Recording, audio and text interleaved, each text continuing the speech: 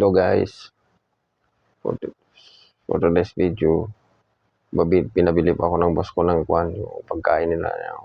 Kada weekend lang nila kinakain. Tinapay yan sa full na hindi full yung tawag. Wala po doon sa atin yan. Every weekend pa naman kasi ang niyan, napapili. Yan, masyadong magalaw ang camera natin dahil kinoconstruction nila yung kalsada. Yung napakaganda ng kalsada na yan eh. Kaso lang, ganyan yung galaw niya dahil construction na inumpisahan na. Nakita mo, huminto pa ako dyan para ayusin yung camera. Pero ganun pa rin.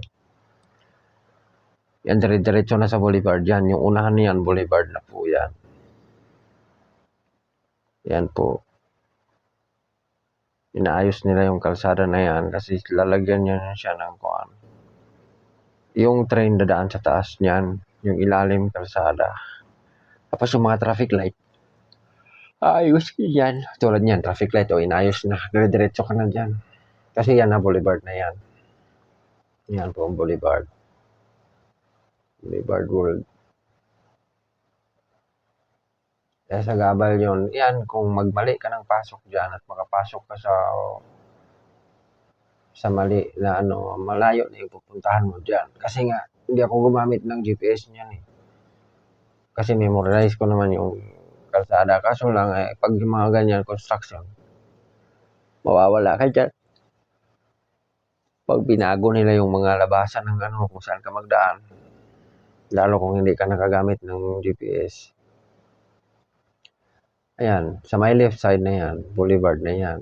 Yung left side, ayan ang Boulevard. Sa left side, malapit lang sana yung bahay namin dyan. Yung nakikita nyo, yung sasakyan na sa unahan ko na yan. Traffic light na ng Boulevard dyan. Dire-diretso lang sana yan kung hindi inayos yung traffic light dyan. Kaso lang, mag-turn right ako dyan.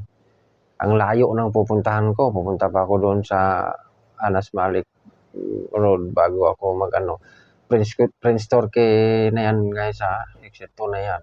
Yan, magra-right na ako dyan. Dapat magdiretso ako kasi yung bahay namin dyan lang sa unahan. Kaso ang layo pa ng pupuntahan mo. Pupunta ka pa dyan. Yan, nag-right ako dyan. Diretso na yan. Ang layo ng U-turn. Dapat doon na, nakadiretso na sana kung wala lang yung traffic light. Ayan, sa Prince Torque po ito.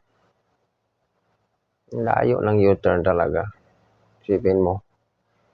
Mga sasakyan namin dito, palaging full tank yan. Hindi kami sa gas. Kasi hindi na ako nagsasabi sa boss ko kung magpapagasolina ako. Ako na bahala diyan sa mga sasakyan yan. Pag ginamit ko. Ako nang bahala kasi may card naman sila binigay sa akin. Diyan, medyo masinog yung araw dyan, mainit. Diyan, mag-lift pa tayo dyan kasi mag-U-turn ako. Ang layo eh. Isipin mo layo ng U-turn.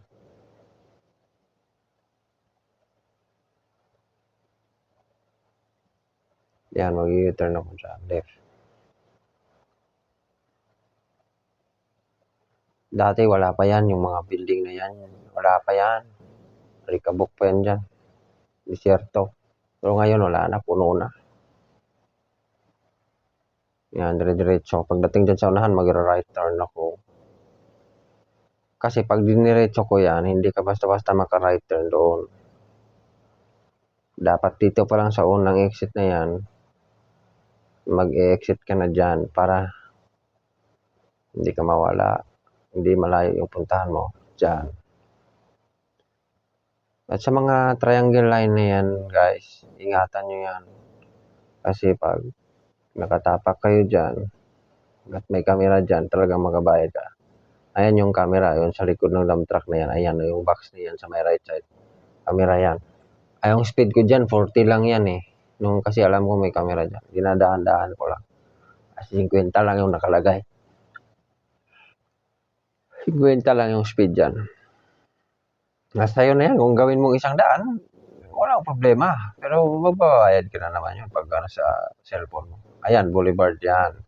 Diyan dinadala yung mga aeroplano na kung nakikita nyo sa Facebook, sa mga reels na yan, na hinihila galing Jeddah pinapunta dito sa Riyadh. Yan, mga eroplano na yun, mga sirang eroplano na yun, dito yan dinadala. Diyan sa may dump truck na yan, sa may left side, sa may bako na yan, dyan nilalagay yan. Kasi Boulevard World na yan dyan eh. Dyan nilalagay. Yung mga eroplano na yan. Ginagawang restaurant yan, siguro 1 taon pa bago matapos yan. Sakto din, tapos na yung kontrata natin yun. Uwi na tayo.